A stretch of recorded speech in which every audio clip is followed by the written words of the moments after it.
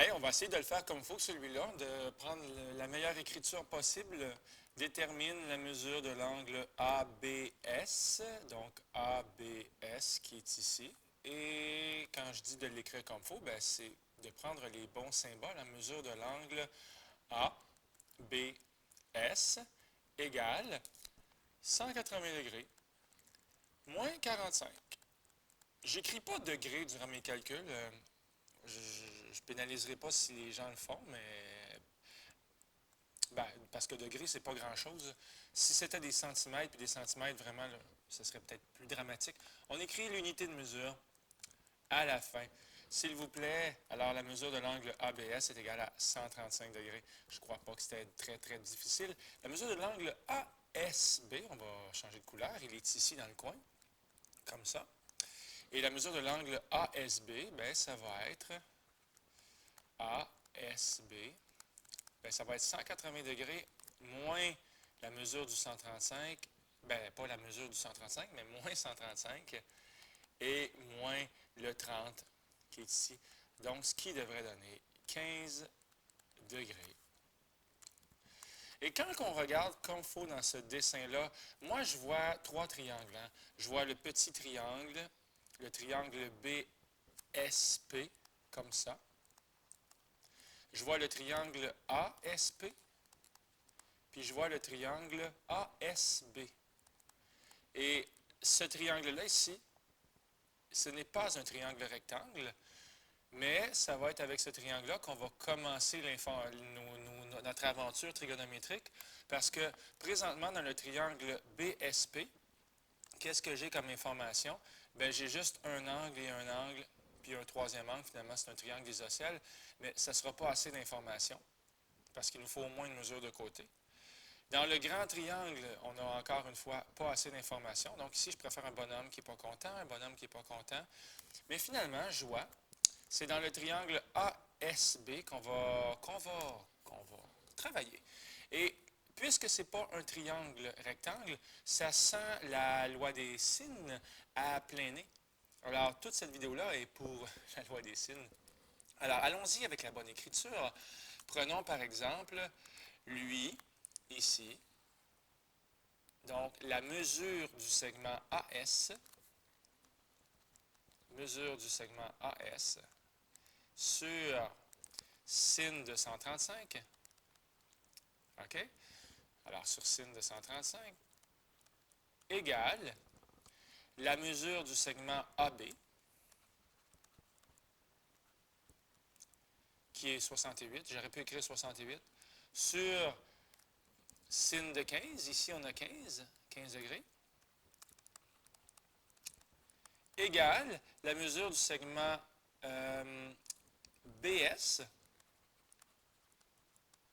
sur sin de 30. Il semble qu'on est bien parti. Je n'écrirai pas l'unité de mesure, encore une fois, peut-être. Tiens, comme ça.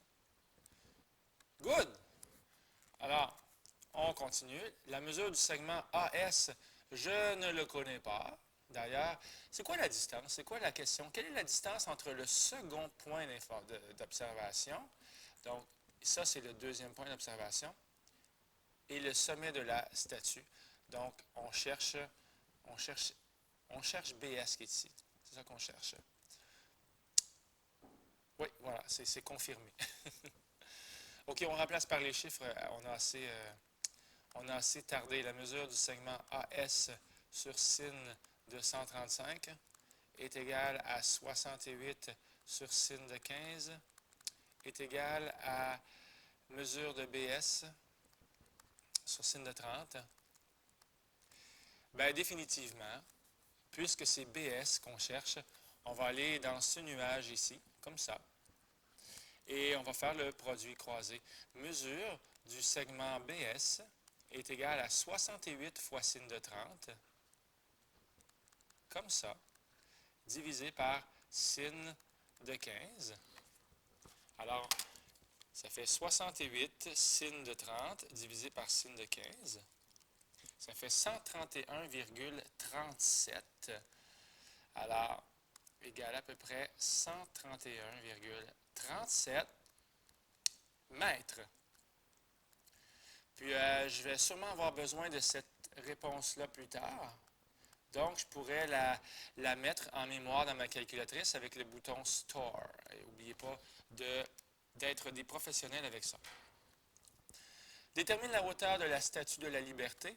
Bien là, ce qui est le fun, c'est que dans le triangle qui est ici, le triangle, le triangle en noir, on a maintenant assez d'informations pour trouver la hauteur de la statue en faisant tout simplement sin de 45, qui va être l'opposé sur l'hypoténuse. Alors, sin de 45 égale mesure du segment PS.